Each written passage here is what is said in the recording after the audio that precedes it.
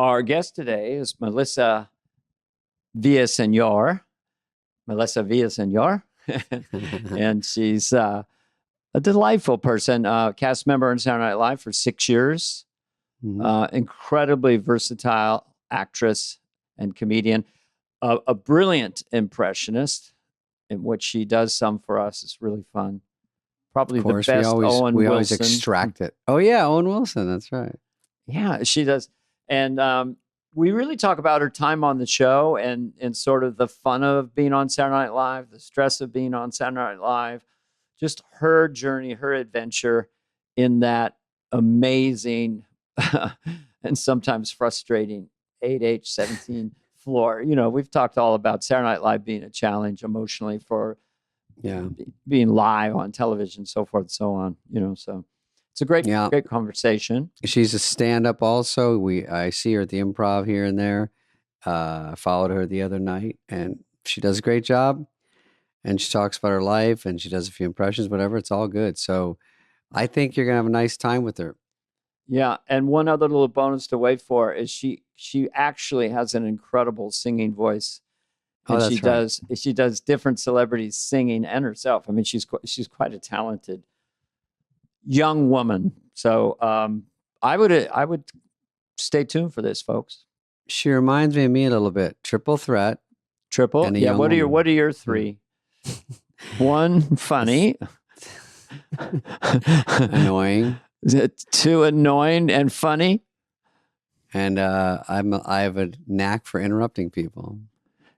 I know I do. I got some good ones in today. Can you sing, kid? I really cannot. Can you dance? I'm a barely one threat. I'm not even a threat. But here, let's show them Melissa. Here we go. Here's Melissa.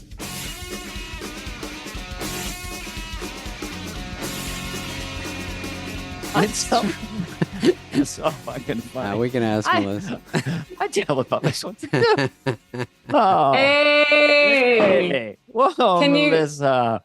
What's up, Dana and David? Melissa, good to see you. We were just laughing so hard at something David said, made me laugh so hard. It was a casual throwaway. David? We were laughing, Melissa, at the agents and managers. This happens in all of showbiz where they're the important ones because they're like, you need to be friends with me because I tell the puppets what to do.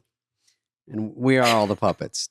That's the thing. It's like all of our companies that were clients of got bought post-pandemic, got bought by other companies, and they got an influx of massive amounts of cash. But the assets, i.e. the puppets, I tell what to do. Yeah. I go, do I get a piece of that? They go, unfortunately, no.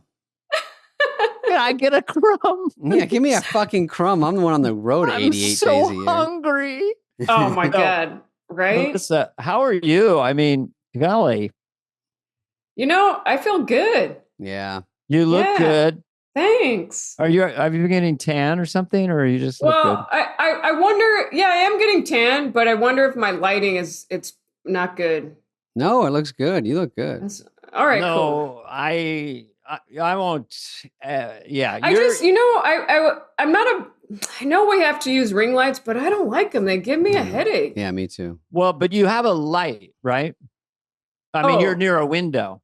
Yeah, I am. You look like you got a window going. Window is the best. I can open up the blinds more. No, you're fine. You want me to try that? No, you look fantastic. All right. But how are you guys?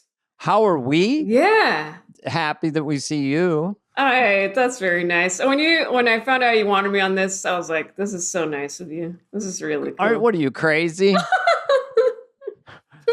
I mean, Listen. 6-year cast member. Do you know how many people? 6 years. 120 episodes? That's pretty good, huh? Of crushing I think that's what I did. That's exactly what I did. Oh, whoa. Yeah, I mean, I tried my best. I felt like it was... We all feel it's all a beating. Everyone's like, I fucking got out. Yeah. I felt like if I were more equipped for that or just a little stronger, maybe I could have kept going. Yeah. But I'm a little wimp. Fuck, 6 years is like 200 years on that show. It's an emotionally violent sport, a show business, and then SNL is the Game of Thrones of it. That's true.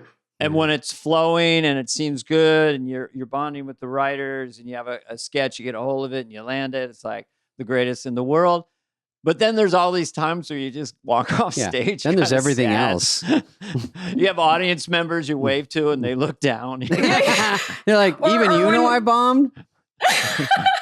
Or even like, I thought it was painful when you would have guests visit, come in town, and you're not in the episode at all. You're just staring at them in your dressing room. You're like, yeah. They're like, you having fun? And I'm just sitting there looking at them. Yeah. They go, no, it's fine. Our favorite people are on. And you're like, oh. That's the worst passive aggressive compliment or question. You know, when you're not in the show that much. Did you have fun? I mean, were you having fun? Or when you have a bad set of stand up and all your relatives are there, you look like you're having fun. You know, look, I know it sucked. Anyway. I know. Yeah. But man, so much. It's hard. It's hard to prep for it. It's hard to say, this is what you want to do. You get a fucking huge break and there's no real way to be ready. People go, it's hard. You go, that's too vague. Sorry. I will figure out how hard it is in 18 different ways when I'm trying to get $200 in quarters on a Sunday to do my laundry. And I got to walk up 18 flights of stairs and it's my one day off and I have no ideas for Tom Hanks on Monday. I know. Yeah. I was lucky. I was the last 6-person cast in essence. You know, it was just me, Phil, and John. Oh, last 6-person total cast. Yeah. And then by the early 90s, when the interlopers, the youngsters, the bad boys of comedy, Sandler, Spade, Rock, all the rest, Tim Meadows, then we started to have an expansive cast. Like we had a junior varsity cast that was going to take over. But when I got on, that was the last time. It was just me, Phil, and John as feature male players. What a dream. Jan Hooks, Nora, and Victoria Jackson. Let me tell you more about my utopian experience there. And then Melissa was like, I was cast member 14B. 14. How many were on there? I was when Melissa you got V. Like I was counting. There's so many. Counting your 2016. Mikey Day, Alex Moffat, Pete Davidson, Leslie Jones, Cecily Strong, Keenan, who's always there. He's great. Vanessa was there that last year. Beck Bennett, Adie Bryant, Kate McGinnon, Kyle Mooney, and yourself. I probably missed, but that's about 14, I guess. I don't know. Yeah. That sounds right. Yeah, that sounds right. Too many. I think we had 22, I think, Dana. Because we also had like Frank 22. and some people around the orbit that would jump in, and A. Whitney Brown and Tom Davis, they could jump in and write themselves in. So a lot of people wrote themselves in, and then there was a lot of feature players. I stayed feature for too long, probably 2-3 years, and I was the last guy to get pulled up to the bigs. So embarrassing. so humiliating. Before we go too far down how hard the show is, I just want to insert this for a minute. Obviously, I'm looking at stuff online and look at yourself. Obviously, the Lady Gaga thing, I was playing on my computer. She does it at Update. Melissa, that's your name, right? Yeah, that's right. It's so transcendently brilliant that my wife couldn't see. She just thought, so then I was talking to Spade and walkie-talkie. She goes, so that wasn't Lady Gaga? But also, it was a very funny take on Lady Gaga, the way you did it and the way you move your shoulders, the whole thing. So that, J-Lo with the hoops earring sketch, you know, just being with her was hysterical. The Kid Genius character, Riley, like you literally looked 8 years old. It was kind of an amazing, I know you have a very youthful face, but it was like kind of like you were 10. What is that one about? Well, that writing night that week, I remember watching Ellen DeGeneres on her show, she would have these like genius kids go on, and they just really bugged me. And then their parents were in the crowd like, yeah, this is great. And I was like, that could be fun if I played like one of those kid geniuses, but it just not that smart, just very polite, you know? So that was like the angle. And then I had Heidi play the mom that was like pressuring me to really show off and be smart. Yeah, that one was fun. That was a fun one. And He's what just did the polite. voice? What did you use for that voice? You also the clothes were great in the hair. It just really shrunk you down. It made Yeah, I you think look like. Yeah, I know where the planets are. I felt like it was. I can't remember, man. I can't remember that. No, I have to watch like it already. I totally understand that. Yeah, but, you try to throw about yourself not years remembering. back. You're like, hey, you did this impression. You're like, I haven't done it for 20 Yeah. years. Just give me a second. No, do it now, man. I can't Yeah. access it. Does he sound like? It sounds like the guy that goes, "Well, who's that little redhead kid that goes?" Apparently, remember he was on Ellen. He goes, "I was at the carnival, and apparently they don't let kids on, and apparently I've never been on TV before, and apparently." Remember that kid? Right. And it's just like that's the word he knew, and everyone, yeah. Yeah, he really That's beat the not- fuck out of it. And then he went on the show because he took the mic from the lady, and he's like 8 years old. He's like a chubby kid with red hair, greased over, and he kept going. And then apparently they didn't want me to go in the Tilt-A-Whirl right away because I eat too much food. And everything he said was funny. And then they brought him, and they go, "Can the apparently guy come on the show?" And then he came in. That But was it's- his moniker, Yeah, the apparently guy. yeah, Good catchphase. That kid's got some instincts. yeah. He was killing it. I actually liked him. I So actually when you- opened for him. Whoa. Yeah, he's Well, headlining. We're Weren't you kind of co-headlining. a boy genius? Weren't you a chess prodigy, David? Oh, Let's I just- was. I don't wanna I ins- was. that's- Yeah, well, Wait, I was really? smart. Yeah, I was smart for a while, and then it all went to shit. It went to shit freshman year. I remember that almost time and day. When you started discovering girls, you suddenly your Ah. brain. It was becomes- girls, but it was also all our schools merged, and I was known for math and reading because I'd leave class to go down to 2 grades down to go do math and reading with this Vietnamese kid. So I was Will you kind of teach other kids? no. I would go to You're- take Oh, like in 2nd grade. I'd walk down to 4th grade. I and see. then Okay. come back and go, "What's been going on here, guys? I was a little tied up with fractions. You'll learn about them in the Whoa. future." Yeah. And so by the time I get to high school, everyone's like, "Oh, there's the nerd from math class." And then Not my cool. brother was cool. And then everyone's like, "Oh, you're his brother." And then not just girls, just people were talking to me. And I was like, "Oh." And then I would skip class just because someone was talking to me. I'm like, they go, "There's the bell." I go, I don't have to be anywhere." And then I just started Oh. losing grades because I'm like, "Oh, I just want a social life where people are friendly to me instead of just treating me like this weirdo outcast." Mhm. Yeah. And then it so was then I got juvenile dumb hall. and it plummeted so fast. Melissa, were your high Oh. school years delightful? Or Yeah. Where do you put them? You know, I think they were all right. You know, Where were you?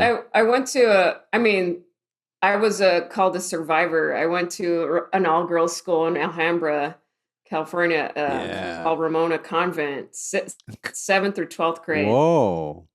Wow. Yeah. Did any adult ever get busted during those times, or was it Excuse pretty me? benign? Or well, I mean, was it no? I mean, I hear common On the up and up? No, I know. I didn't know any different, but I felt like it. I felt like it messed me up just with guides and social life because I didn't know. It was really awkward. But I did discover comedy then, so I was like watching you guys obsessed with SNL, and I was already working on impressions. And I started comedy at 15 at the Laugh Factory Comedy Camp, and I was like, "This is what I'm going to do." I didn't even care about. I didn't go to prom. I was like, "I'm over this. I know what I'm going to do." Oh Well, my I mean, God. people ask me this, like, when you're probably 8 or 9, you probably started to throw your voice around a little bit. And what was the first one that you got? You know, that's what they ask me sometimes. What's the Yeah, first? What's one of the ones you remember? Put it that way. I think of your early repertoire. like when I was 12, I started doing like the singing impressions of all the pop girls, Britney, Shakira, Christina. Oh. That was Yeah. kind of where I started with the singing impressions. And then I watched a lot of you, Dana, and worked on I learned your impressions. Wow. From the show. I love it. Good. I love to pass it along. Anyone can say, "Not gotta do it." I mean, that's Not not gonna do difficult. it. You know, what I was going to say, which is interesting to me, is that, like, say you do an impression of your 7th grade PE teacher, Mhm. and then you go to a comedy club, that can be now it's called a character, but it's an impression of your PE coach. Then if the PE coach somehow gets famous, it's the exact same voice, but now you're doing an impression. So the line between character and impression sort of blurs sometimes. Like I just did my brother Brad for Garth, and it was an impression of him, kind of exaggerated. So I don't know. I'm sorry, my mind's kind of spinning because you have so much talent. We don't have that much time. Right. But did anyone teach you how to sing? Just sing. The fact that you can sing is a big plus. Sing as other people, but you can just sing. You have an album out, You have right? to. Yeah, I mean, do. you can just. When did you learn you could just sing? Because I can't sing. I could. Yeah. I don't know. I felt like I did choir and stuff, and I remember being a little kid and seeing people sing up there like in church, and I was like, yeah, I could do that. I've heard myself sing. I could do that. But I didn't have any proper training. I just liked it. And at first I thought I was like, oh, I'm going to be a singer. But then I realized, oh, comedy's better. I could do impressions of, and make people laugh. Like that was just another level. But I do enjoy just singing, cover songs. And right now I'm trying to work on a bolero cover album of like Spanish classics songs with my friend's band. Yeah. Of course you are. Yeah. How do those go? I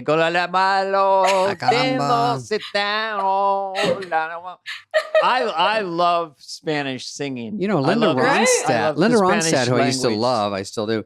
I remember I went to see her in concert, and she did one half of the concert with Spanish songs, right? Yeah. She's great. Yeah, she had that album, songs for her father and all the mariachi songs. But that's what I'm hoping to do, Oh, yeah. Well, she's so top notch. You will do it. You're already famous. Yeah, that's half the battle. And you're so talented. I think it's pretty much a no-brainer. It's like your friends like, you got that one. Thanks. You got that one. I just want to fill in this gap a little bit. So you're singing like Britney Spears. So you're like a little miracle kid. All you people look at me like I'm a little girl. That was like the first one. And then I go back to my speaking voice. You're like, oh, man. Oh, no. No, but the dichotomy is great. I don't have a voice. Spade has a voice. Damn it. You want to have a neutral voice that you can throw around. Your natural voice is like this, you know. But was that were kids amazed like in 7th grade and stuff? Yeah, all my friends were. Yeah. I mean, it's like a magic trick. Really amazed. Yeah, it was cool. And then, I'm sure you've heard there, but like, the Christina. That sounded a little bad, but sorry. That's great. Wait a minute, I love that you're doing this. I didn't want to ask you to do voices. No, I'm happy to tell it like in a story like that. I think it's great. Yeah, talk through it, like how you got that. You just listened to her and it just hit you. Or did you get? Were you not so good and then you got better with the Christina impression, or did it just kind of hit you after you saw her on something? I think it's just like I listened to it so much, and then you start practicing. And you're like, oh, I could do this. But isn't she known as already a great singer anyway? And then now you're doing an impression of you can sing, but you have to actually be great.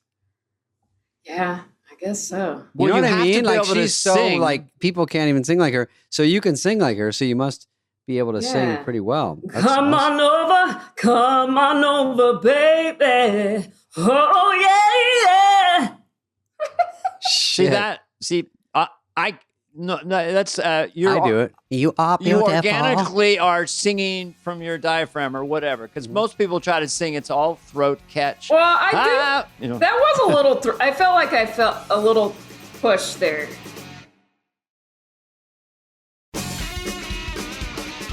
I know. Sorry, my thoughts are all over the place because I also want to learn about your stories too, because you guys are. Dana's boring. Just like this is, I'm a little starstruck too. Yeah. Well. Yeah, it's true. We met each other in the clubs a few times, and you were on a comedy competition show, weren't you? First Impressions, your show. First Impressions. Oh, really? Yeah.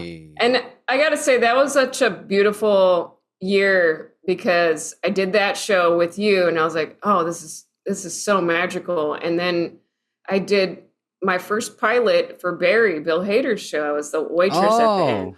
Oh. And I was like, oh, this is magical. Like all this, just people from SNL are entering my life. And then that was the summer I got the show.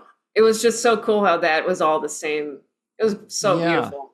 Well, it's fun. And I mean, I don't know if you go to clubs and you meet a younger version of yourself that maybe does a few impressions or is a good stand-up and you want to give them props. You're still, I mean, there's an organic competitiveness with comedians or clowns, you want to call us. You know, I always say the reason that class clown is singular is because if there were two class clowns, one class clown would kill the other class clown. For the attention.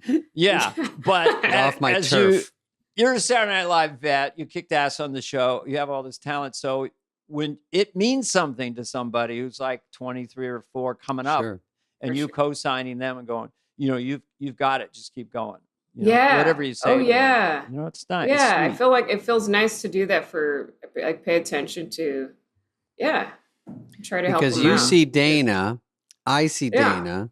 And then when I get on the show, I don't know that Dana is worried about sketches or this or what. And then I'm like, oh, there's more going on in his head other than he's a star. I remember seeing John Lovitz. And then when I went to the show, I told Dana that John was sad. And I'm like, I mean, in my head, I go, you're on the best show in the world. And he goes, I'm only in 2 things this week. And I go, who cares? Who would even notice? Like when you're on, I'm like, oh, he's funny. I have no idea how many sketches people are in. And then I said, I just see you as like a star that's really makes me laugh like Dana. And then when I got there, I'm like, fuck, I'm on. And I immediately go, I just fell for it. And I already know the playbook.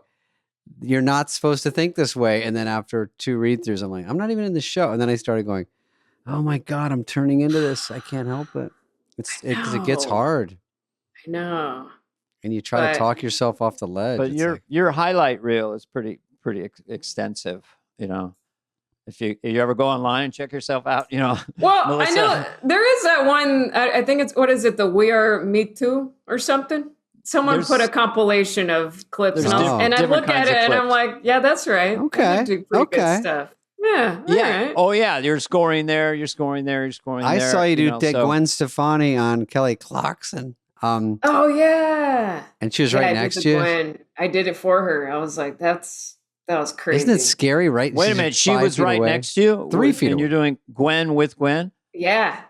Oh, I told her. Yeah. This old bit I had of like when I'm in my car and No Doubt comes on the radio, I get into my Gwen impression, which is a dangerous impression to do behind the wheel, you know, because it's a lot of For a long time, I was in love. You beep beep. And she liked it, and that was pretty cool. I saw on that, and I was like, oh my God, she's going to do it right in front of her. First of all, Gwen is stunning. Gwen is super talented and a sweetheart. Seems I've briefly met her, but I like that she keeps her hair platinum blonde and then wears bright red lipstick. She looks great all the time. It's a very potent look. She was a great sport about it. Yeah. And she loved it, and she was sitting right there, and what a blast! But definitely ups the nerves. Mm-hmm. Yeah, because I feel like I've done my impression for J-Lo. That was frightening because that's J-Lo is another one. You know, you're like, what? And I think she was like, no, baby, I don't think so. No.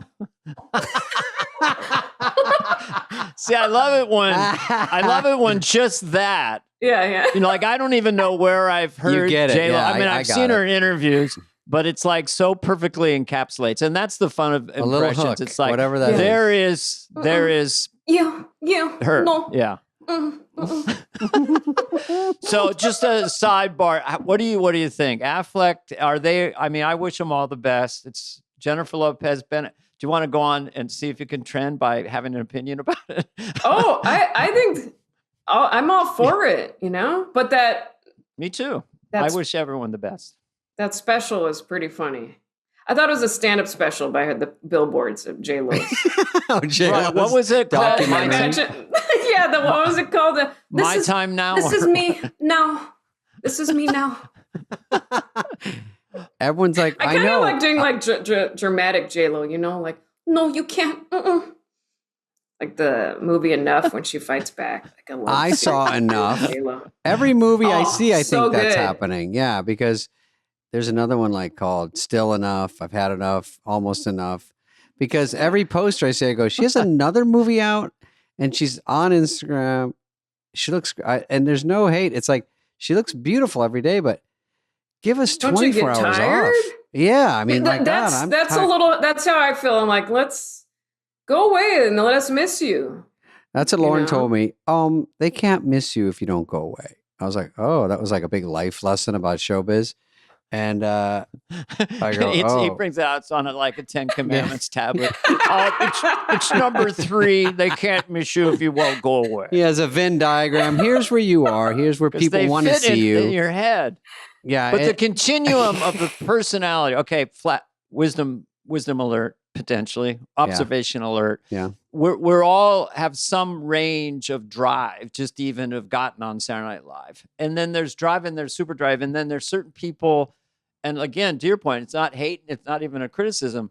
It's oxygen to them. Yeah. More. And it makes you very wealthy. I mean, you're kind of an extroverted introvert or an introverted extrovert, you think? I mean, I've listened to some of your interviews, or a little bit shyer than some other comedians. Yeah, I think I'm pretty introvert. Like I have trouble, even at the show, I had trouble kind of speaking up when there's just so much going on. I'm like, I get so overwhelmed. I don't know where to fit. And then I'd rather just hide away. I don't know how to get in, So like the writer's room and Pete Davidson's coming in, everyone's laughing and yelling, and, like it's like a big, and then you just go back to your Yeah. But the second season when Stephen Castillo joined the writers, he's still there too. And he's such a hilarious, silly guy. And I was like, oh, now this is what I'm talking about. And we got our office together and we wrote the Dying Miss Gomez sketch where I'm the old lady singing Nickelback as my last words. Yes. Can we get a little of that? Yeah. Yeah. I never made it as a wise man. I couldn't cut it as a poor man still.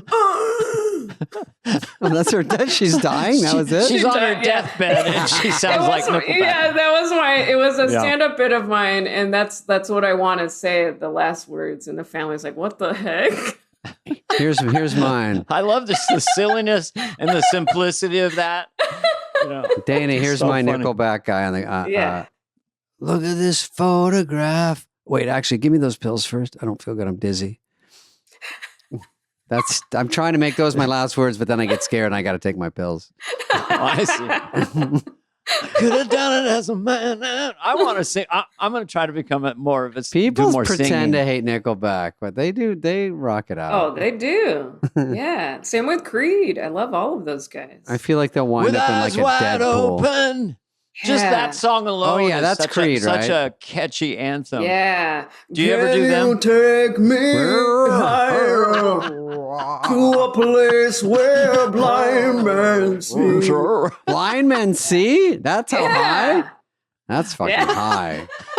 That's high, man. I've never been that high. I got to get on space. You got to get high. So I want to ask you a question, a technical question. We can pinball it. When you do a singing impression of someone, then you have to inhabit the way they create that sound.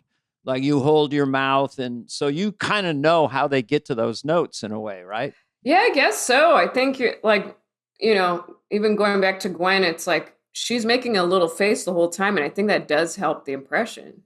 And she kind of constricts her throat a little bit, trying to get that squeaky kind of. How does she even do that? Because her voice was so unique when I saw her doing Just a Girl. I'm like, just a girl in the world. And I'm like, and that's all. But she can also kind of blast it out, but in that same kind of high pitch. I was like, God damn, I don't know nothing about music. And I thought, holy shit. Plus, she was so adorable. I saw her at K-Walk Weenie Roast with corn. Whoa. And I said, I like how you, oh, this is the worst compliment. I go, I like how you sing, but also you ham it up out there. My friend goes, why are you telling her that? I go, I don't know. Ham it up? Because she kind of jumps around, you know what I mean? She jumps around. An international pop star with great physical moves is hamming it up? I know, it was wrong. And she's like, yeah, I like how you ham up your corny act. I'm like, thank you. I thought it was a compliment.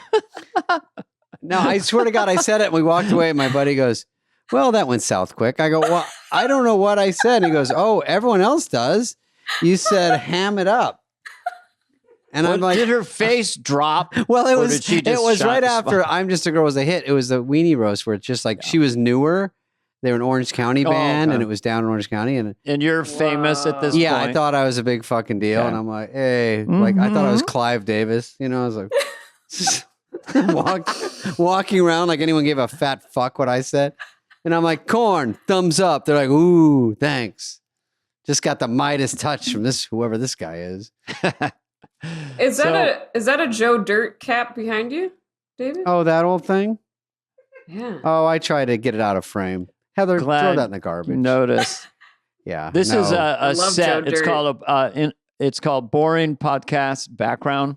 And it's just at a local. God, Dana's is at a 10 out of 10. For $100 a day, you get to do a podcast from this room. And it's so nondescript. It doesn't really exist.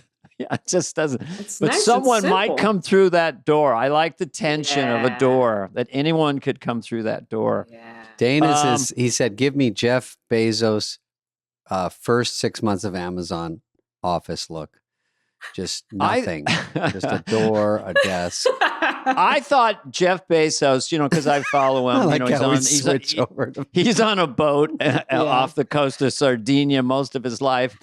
And I thought he was peak jacked about a month ago. I go, okay, he's so jacked. If he gets more jacked, he's going to explode. Really? Guess what? He just got more jacked. He got jacked a little bit more. Yeah. How? And she got bigger lips. I thought she can't do more lip filler. It's impossible. Everything's going bigger on that boat. Everything is getting large. You know, they have a full medical center on that boat. Jeez. So she can get plastic surgery. She can get whatever she wants. I get nervous they're going to pop. I saw a pommel horse on top where the helicopter usually is, and Bezos is like, douche, douche, douche. I'm like, oh my God, he's going to go in the Olympics.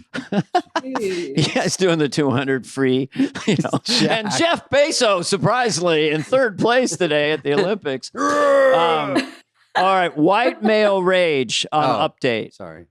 This was I'm just throwing out more for classic bits. It was dude, that was all Bulla.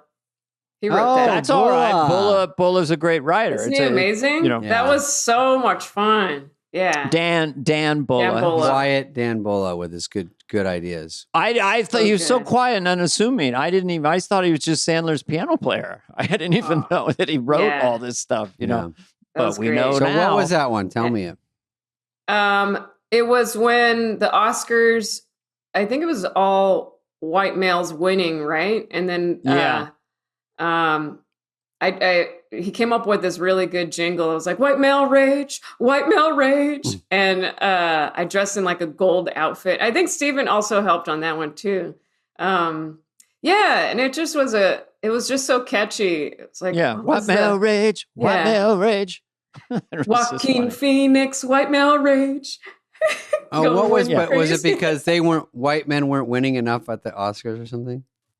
It was, I think, because it was all the characters in every movie everyone had rage. I think like the Joker, the Joker time, and then there was the Joker is always in a bad movie. I think it was the Mafia movie too that De Niro, that long, remember? Oh, the Irishman. Irishman, yeah. White male rage, white male rage. Well, does anyone think that maybe Joaquin, who is brilliant, the first guy to smear the lipstick, because I've seen all the Jokers all the way back to the 60s. All the way back. Cool, nice, tight lipstick. Nice and perfect. Heath Ledger, God rest his soul, genius, comes out, smears it. First one. And Joaquin will we ever have a full, beautiful lipstick Joker Kylie Jenner again? lip Or kit. will always denote crazy? I'm a crazy Joker. Look at my smeared lipstick if you got any doubts about it. Yeah. If you watch a poster, you go, that guy's crazy. I don't know why I went into that character. I like it. Yeah, look at the lips. I'm the crazy. lips are weird. I'm crazy. I want to get you in prosthetics in a film doing something because of your chameleon personality. Wouldn't you love to do something like that? Yeah, I would love that. I think that would be great. Were you on there with Sarah Sherman? She's a hilarious weirdo. Yeah, she was after, right? Or did you overlap with Sarah? Just that my last season, yeah. Oh, you were? Great, yeah. She's a quirky kick in the pants. Oh man, it's a great summary. Good. She's so good. She's on tour right now, and I see videos from it. I go, Sarah, are you okay? I'm flying out there. She's a kick in the pants. It's so pure she would love bananas. that It's not phrase. straight stand up. It's a super fun. It looks She is way more bananas. interesting than my show. I'll give you that much. Yeah.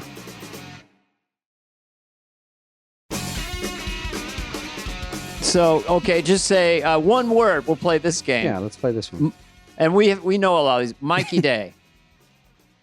A brilliant mind. That's You can go a whole sentence. You can do a sentence.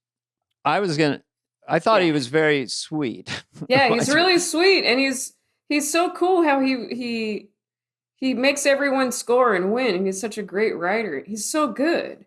And he wrote the Dirty Talk sketches for me, him and Streeter. I don't know if you saw the Dirty with Talk. Donald Glover. You did one with him. And Aziz, yeah, that was fun. That was so a funny take where Glover was trying. David, pay attention. I'm Donald circling things. was trying to get sexy with Melissa in bed, and then you just didn't get it or something. Yeah. It's like talk dirty to me, and I was like, yeah, you make no money, or like all right, Dad. Don't call me Dad. It was just like I kept getting it all wrong. It was really fun. Yeah, come on, man. Childish Gambino or Donald Glover? I don't know why Dirty Talk. I did a bit in this one with my stand-up. Just the rhythm of it. Always when people stand up to, I did it like, "What are you gonna do? Huh? You like that? Huh? Where did that come from? What are you gonna do? You're gonna get. It's kind of aggressive. Yeah, that's fun. Let's form our own. And then she goes, sketch "I'm gonna," show. and I'm like, "No, these are rhetorical. Don't answer." What are you gonna do? Do you like that? And she goes, "Yes." I said, "Don't answer. These are rhetorical." That's how I ruin it. It's that chess genius guy comes out in the worst possible time. Spelling bee. Did you Cecily Strong or was she there? Cecily? Yeah, she was. You guys did some stuff together. So talented. And I love doing singing bits with her too. She's such a great singer too. Oh, really? Yeah. No. Yes, but there's only one Melissa. Sorry, you do sing great. There's a new sheriff in town, and she has a microphone. Runaway, pitchless singer. Pitchless? I don't know. I made that. I like that. Pitchless. You call me a bitch? Who's nicer, 80 Bryant or Vanessa Bayer? Oh, man. You're both sweet. You're both sweet. Yeah, that's an answer. Who's nicer? No. Who could win in a fist fight? Pete Davidson or Leslie Jones? Leslie. I know. We had Leslie on. She was so She almost beat you up, Dana. Oh my God. The best. She beat me up through the Zoom. I actually was bruised. What about Owen Wilson? Hey, give us a little bit of Owen. Do you have a little one handy? Yeah, I'm right here. Yeah, it's great to be here. I feel like a fly on the wall most of my days. Yeah. Most of my days. See, the interesting thing about Melissa's is like you form your mouth to like how his mouth goes to get the sound. Yeah. You visually make your lower. Yeah. Are you the same Dana and David too? I know you do impressions. Oh yeah. But do you like see their face on your face? Does that happen? For me, that's how I feel. I guess so. I mean, yeah. I don't know. I've never really practiced in the mirror much. Yeah. I just sort of like, but if you take on the persona, like when I was doing Carson, I just automatically, I didn't have to look in the mirror. It just was. Oh yeah. No, you could feel it. Yeah. Just so the cool. eyes. I picture them in my head, their face and what they're doing, and I just try to talk like them and get it close with that is, but my face is probably doing what I think they're doing just naturally. That's what happens. I think that's what happens to everybody. I did Owen once. I don't even do Owen that well, but when I hosted, they assigned me Owen. So it was more of a funny look, and I love Owen. We just had Luke on this, and Luke sounds a lot like Owen. Mm-hmm. It's almost just a different tone, but it's that same cadence. It's kind of slowly talking. Yeah. Yeah. Maybe enunciating. Right, Dana? It was kind of like that. Luke was hilarious. Yeah, I mean, I actually coincidentally had dinner with Owen once with Lorne Michaels and then once with Kevin Nealon, and it came up in conversation, and he didn't like when people did him, and so I said, okay, I won't do you, you know. Yeah, I remember he hosted, and I asked him if we could do the Owen impression together, and he was like, "I feel like it's done, you know. I feel like it's over, you know." He didn't want to do I like it. sad Owen, like, Yeah, It's over. you know, I got a couple I saw you doing on Zs. one of the clips I was watching, doing like sort of quick impressions. Maybe it was part of the TED Talk. I'm not sure, but you were doing just like, here's this person doing this. And I always love that technique. I do it too. It's just fun. Like, yeah, like a quick one, you know, like Kristen Wiig skydiving. I changed my mind. I'm scared. I'm scared. Who would do Kristen Wiig's That's great. voice, even I though think- that's yeah. yeah. Oh, I remember having a bit. It's like Sandra Bullock if she knocked over a bunch of dominoes that were lined up in the room, and she just hits it and goes, no, no, no, no, no, no, no, no, no, and that's it. I guess, you know, she always has a little breakdown like that in movies, you know. It's funny because you got to picture like Kristen Wiig. Which Kristen Wiig? Because she does impressions. She plays different characters. Yeah. So what's the one that makes sense, that resonates? And that one did resonate with me at least. The announcement of the premise is funny to me. Yeah, you get a like laugh in on other that. words, you saying this person doing this person's already funny. Like this is you ever have bits in your act that get a laugh that you feel it doesn't deserve that big a laugh? You're like, I do John Travolta going way back. John Travolta as a 15th century astronomer. So already it's like, what? Yeah, it's already good. And he's setup. like, you know, I don't know. I think the earth could be round or some shit, you know. And the laugh is so much bigger. It's like kind of quasi bad comedy is sometimes the best comedy. I think it's true though, because you don't want to overthink it. I get caught in that loop of overthinking bits, and I'm like, no, the dumber the better. Yeah, and for me too, I have more fun. Like I had this. Go ahead. Oh no, I had this bit. I like when it does personally connect to me a little bit, so there is some grounding. But I was had this new bit of it's dumb, but it makes me laugh. It's like because I do vocal warmups before my shows because I sing a lot. And there was a couple weeks ago, I was in the green room and I was practicing. I was getting high up there, you know. I was ooh, and I was getting high, and I got so high that I farted. and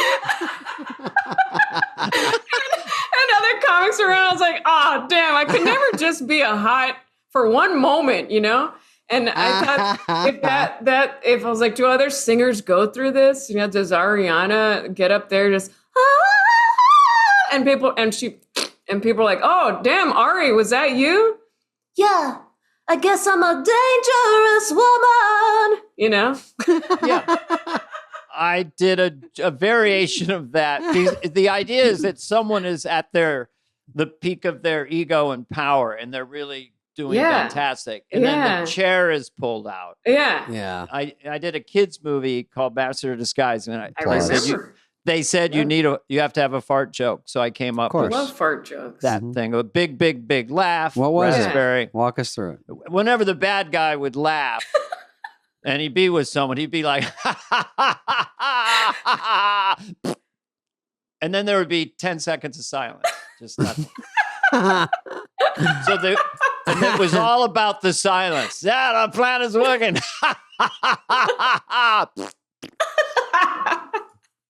So I came up with a fart joke that made me laugh because I said, you need a fart joke? Don't really have one. But that's great. I like that one. I love that. Pull that one and out. Now it's yours. You can use it this way. You know, I was on a podcast with Dana Carvey and David Spade, and they were talking about fart jokes. This is after you do this one. And he used to do this one, bad guy. And so you just lean on it as a friend because it's not part of my act, but now you can use it if you want as a tag. Thanks. Do you want to try it out? Yeah, I'll try it out. Thanks. Take it out to do it on Bo and Yang's podcast. Do it on Bo. Was he there when you were there? Mm-hmm. Oh my God. That's a fat cast. In 2022. And then you, by the way, you did SNL during the pandemic, which and then Was that the beginning of the end? Yeah, that was challenging. But there was one night I had, because remember the video game, I don't know if you play games, but Animal Crossing was a big game during the pandemic. And so I was playing, I've been a longtime fan of that game. And Mikey Day and I made a sketch where we're playing online, our characters in my town, and everyone wants me to die from COVID in the game. And he like did such a good job with, that's the thing, he's just so good at the timing and the jokes, and I owe a lot of thanks to him for helping me so much. Especially during that. I didn't come from sketch writing. So and are you guys, you were stand-up? I was just the first time I did a sketch like on a stage like that was at Saturday Night Live when I got the show. So I didn't. Same with David, all stand-ups. Yeah. So that's where it was always such a struggle to write. I was like, I don't know how. It's hard to I write. eventually learned by observing and you know how other people do it, but it's like people like Heidi that came from like she arrived there and just wrote 3 in one night. I was like, but she came from that training from ground. It was just really I was like, and they come in with a lot of sketches that they did. Yeah, they got such works already. Literally ready for television. Yeah. So do you have to work on it? Cheating. No, I had it from the. What about Miley Cyrus? You ever seen her sing in real life? Like, have you seen her somewhere? I think at the show she. Oh, was she on? She's so good. Oh yeah, it really is. Man, a wrecking ball. Wasn't she on a wrecking ball at one point or somewhere? Oh yeah, that was a big one. I'm coming like a wrecking ball. That one. Yeah. What about when she did? You won't know this one, but she did Like a Prayer. I saw her live in one of her concerts, like a stadium concert, and it was better than Madonna's There I Said It. Ooh. Yeah, there I said it. She's good. And I like Madonna's Like a Prayer. It's great. But I think she had a cowboy hat on, Miley, and she came out like a Young Guns duster, and she fucking wails on every line. I'm like, I would black out. It's like, I was like, whoa. Yeah, she's good. I'm going to do her. I'll do impressions. I'll do her. Yeah, do it, dude. Yeah, I will. I mean, my impressions were about one a year. But the problem with SNL is you just get assigned stuff, and they go, you read a sketch and read through, and you're like, in 3 pages, I have to do, Alec Baldwin. You're like, I do? And they're like, the writer's like, did they assign you stuff, Melissa, like that? I mean, because that is weird to go. It would happen. Yeah, for sure it would happen. I think my favorite moment of this happening was, so remember when Sandler hosted and there was a Sandler family reunion sketch. That was funny. And at the table read, I wasn't originally in it, which is like, why'd you write me in this? But they were like, hey, the writers were like, hey, can you read as Waterboy on behalf of Kristen Wiig because she's going to play Waterboy. So I was like, yeah, sure, I'll read it. And I did it so good at table because I'm like, that's my favorite. You know, and Lauren was like, yeah, maybe keep Melissa as Waterboy. And I was like, yeah. So did you just did you work on that at all, or you just had it? No, I had it because I've always loved Waterboy. Go ahead. Sorry, that's my dog. That's my dog, if you hear. Yeah, Sandler's kind of whatever that rhythm he does with the characters that are, not too smart. Does the thing with his mouth. I saw a movie where you played someone that looked just like me there. I saw it on a big old screen. I said, hey, that's me up there now. No wonder it made $300 million. What'd they do with KW? Did they kick her some other impression? She played the mom character, I think, from his CDs or something back in like they're gonna make fun of you. They're all gonna laugh at you. Yeah, they're all gonna laugh at you. Yeah, I should show her that tape. Yeah, that was so fun. They're all gonna laugh at you. Is that the album up on the wall, Heather? That's an album. They're gonna laugh at the Sandler boy, or they're just all gonna laugh. It's actually from. I think it was borrowed from Carrie, the movie Carrie, where she was gonna go to school, and they go, they're all gonna laugh at you, and. He did it as a sketch with Smigel, and he kept saying they're all going to laugh at you, and we were all cracking up at the table because it was so. Just kept saying it over and over. You're all going to laugh at you. And then he had an album called that, and then we did. I have a poster of all of us on recording one of the albums. We just did little bit parts, but definitely the fun of Sandler's being on those albums when albums were doing something and they would go gold or something. You know what I mean? You go, holy shit, he's got an album. It's one more thing. Yeah. Mhm. It's great. Cool. Would you ever? I don't think you'd want to do this, but it's interesting that you could do a show in Vegas. I'm not saying you should do it, but Danny Oh, I Gans would. was, Danny you know, Gans of all people. I know, it's like you go on, you have the orchestra, you're funny, Right. You do stand you up. pretty then you do a much can do song. every major pop star, which people love seeing. Yeah. I don't know. I'm just saying, if you ever were bored and wanted to just go out and live in Vegas for a year, you know, Yeah. It would I work. would totally be down. You do Really? Owen introducing Gwen Stefani, and then you do Gwen Stefani. Then you do some of your stand up, and then Yeah. you go into another Yeah. song. You do Jennifer Lopez. you Kate come out as McKinnon. Melissa and you do 5 minutes about Mhm. you, and Yeah, yeah. like on your TED Talk was really funny how you just worked it all full circle. And it Yeah. was 12 minutes long, and at the end it was kind of poignant, you know. Yeah. Just Yeah. All right, so I it's think done deal. That It's vulnerability. a done deal. Yeah, Tell Vegas. we're doing it. Hello, Tell Vegas. Hey, can I do my show, please? Hey, And I- can I Is do Your favorite one to do is Dolly, right? Dolly? Yeah, I do like Dolly. Because it positivity. And Yeah. That was a bit I had in the TED Talk too. It's such a good voice because my voice sounds sarcastic. I don't believe me when I say positive affirmations. When That's I a go, problem. I'm smart, you know. But during Dolly, I go, I'm so smart. I'm lovable. I am capable. I will always love me. yeah, that was that update was the same format as the Gaga one, where it's me just admiring them, loving them so much that I dress like them, and that nice like balance of being myself but also doing the impression and singing. And I was like, I loved doing those. That was so fun.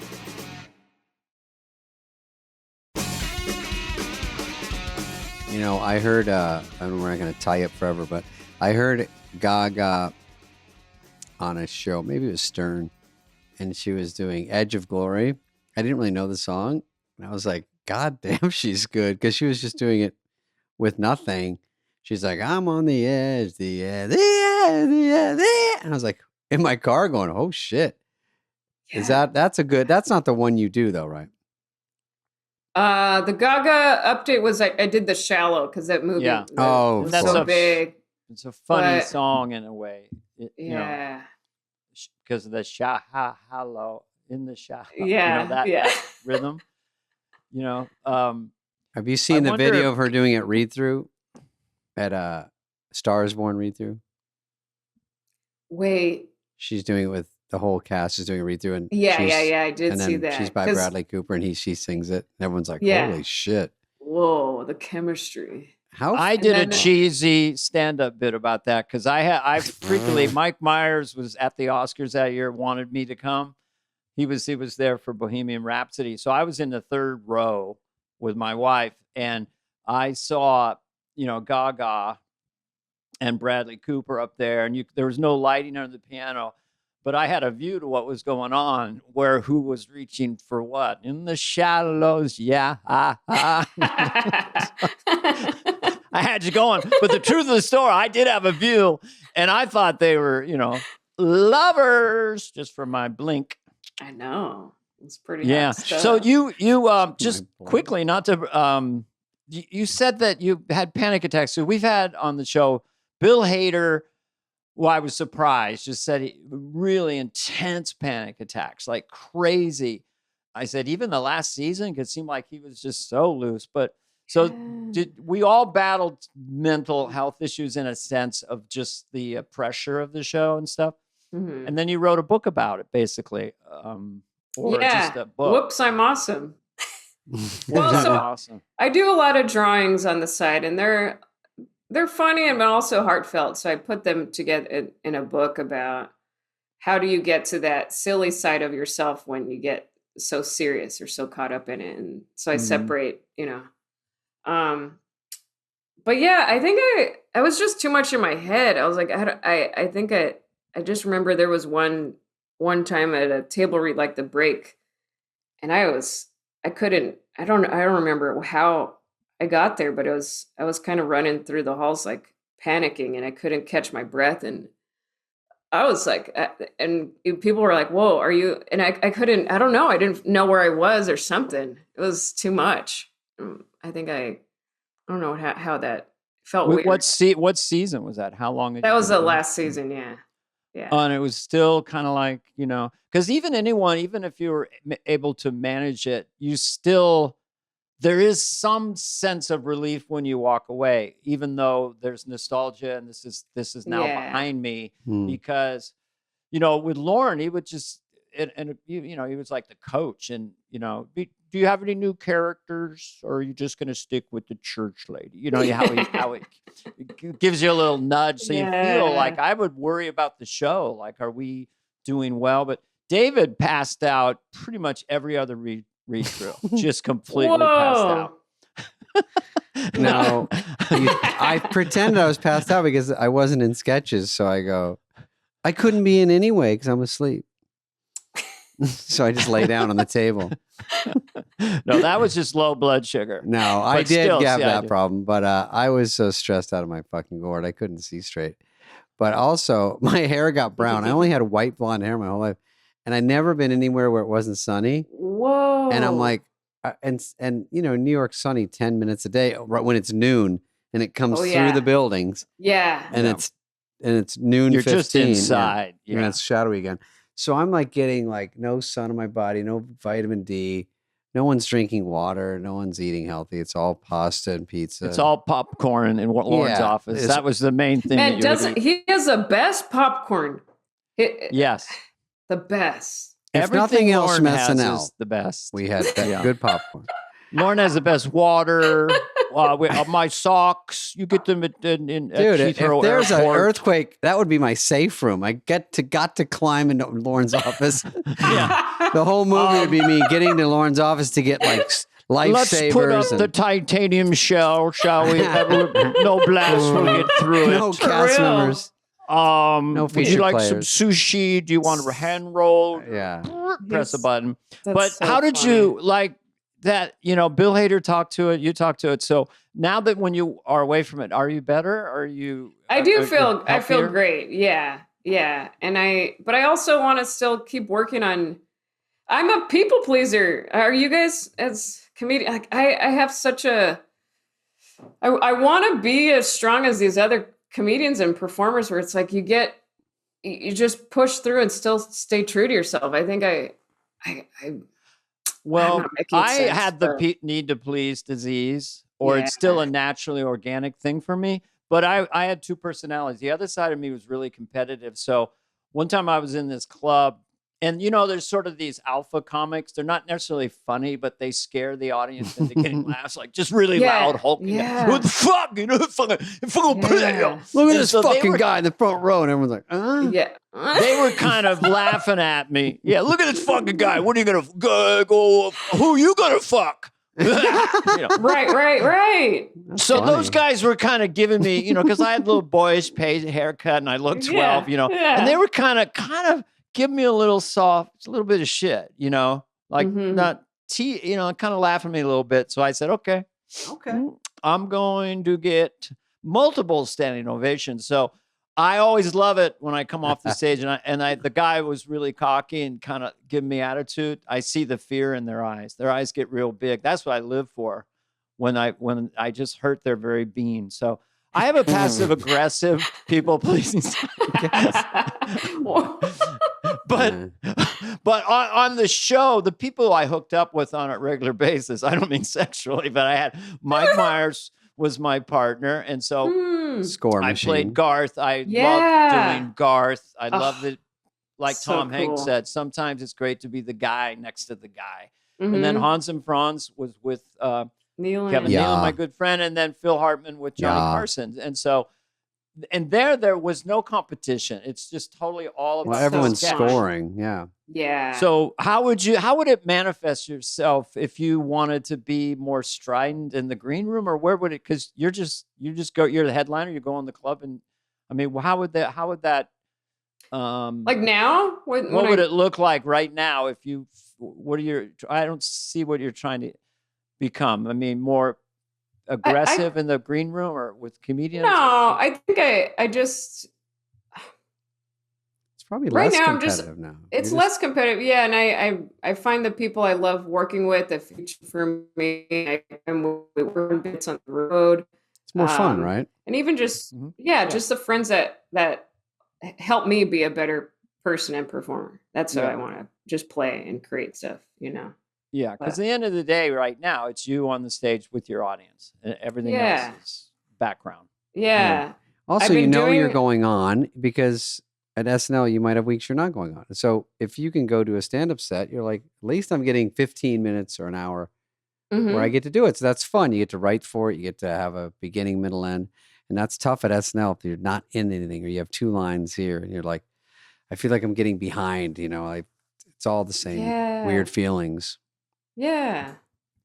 I've been doing this, it makes a lot of sense for me, but I've been doing it, and you're welcome to do a set if you'd like, but I do a morning show now at 10 a.m. at a little theater in Altadena. It's called Fresh Coffee, Fresh Bits, and everyone just does new bits, and I bring coffee for the crowd. Wow, that's a great idea. Yeah. Just get up, have coffee, and then do a set. It makes so much sense. I told Taylor Thompson the other day, I was like, it makes, and she was like, yeah, that makes perfect sense because you're a good person. Because at comedy club, she was like, yeah, comedians are horrible humans. Yeah. Well, we're not great. No, you guys are great. I'm not saying No, I know what you're saying, though. No, I never hung out. I mean, there were people who really hung out. And the comedians would hang out and go places, do this. And I'd have a few friends and stuff. I wasn't antisocial, but I never really liked to be around like 15 comics hanging out. Maybe 1 or 2. But is this true? Like you have fans and they call themselves Melissa Monsters? Little Melissa Monster. Yeah, that was after the Gaga update.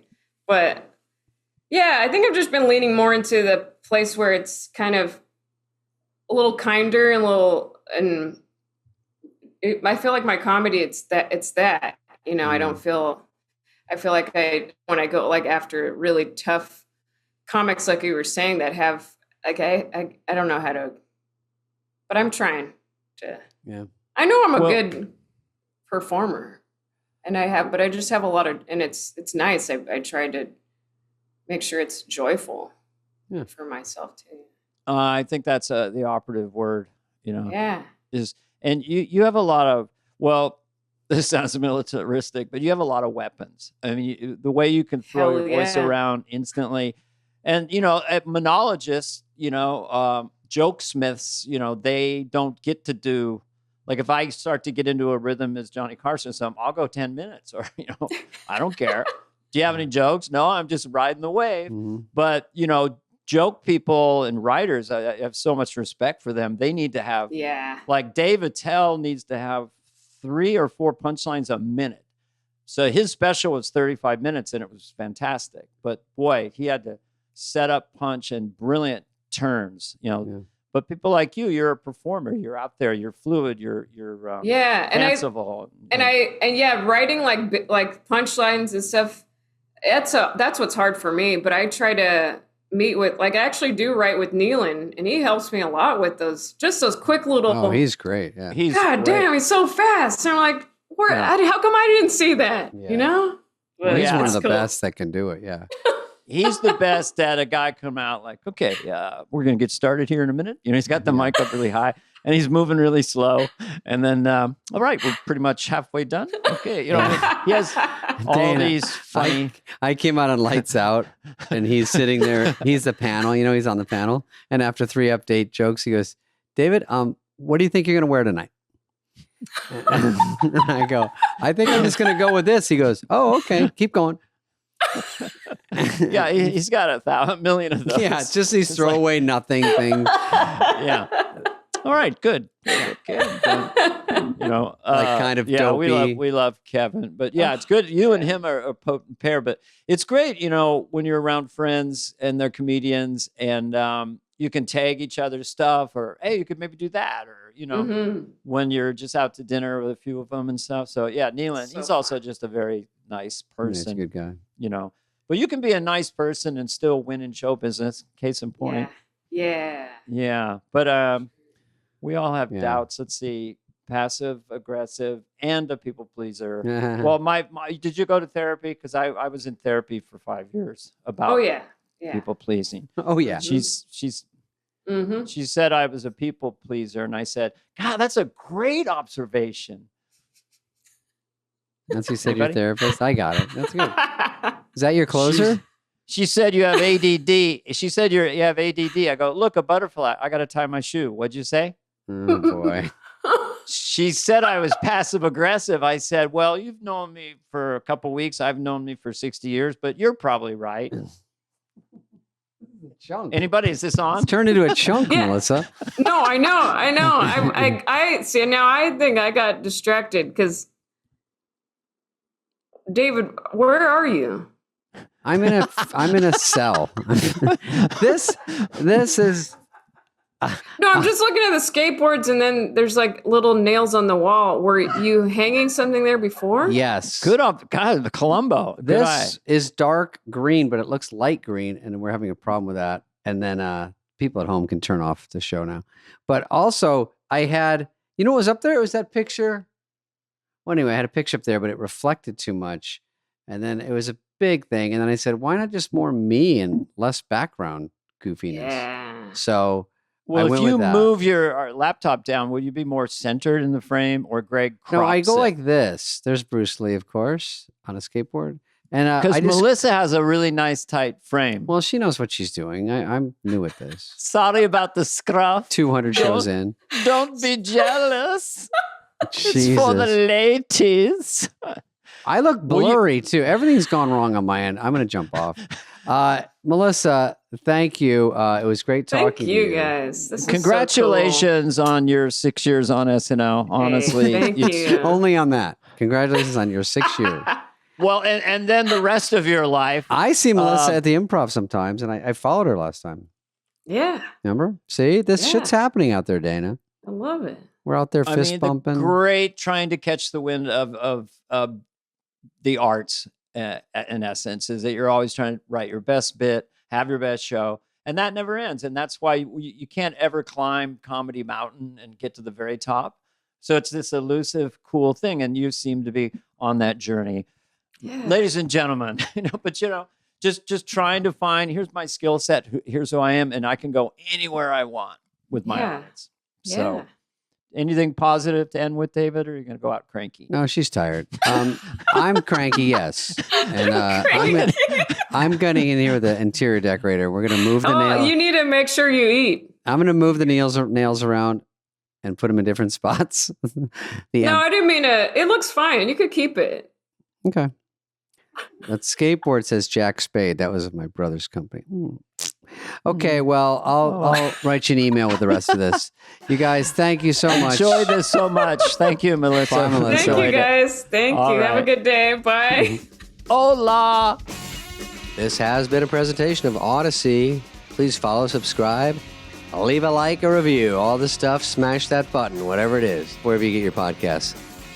Fly on the Wall is executive produced by Dana Carvey and David Spade, Jenna Weiss-Berman of Audacy, and Heather Santoro. The show's lead producer is Greg Holtzman.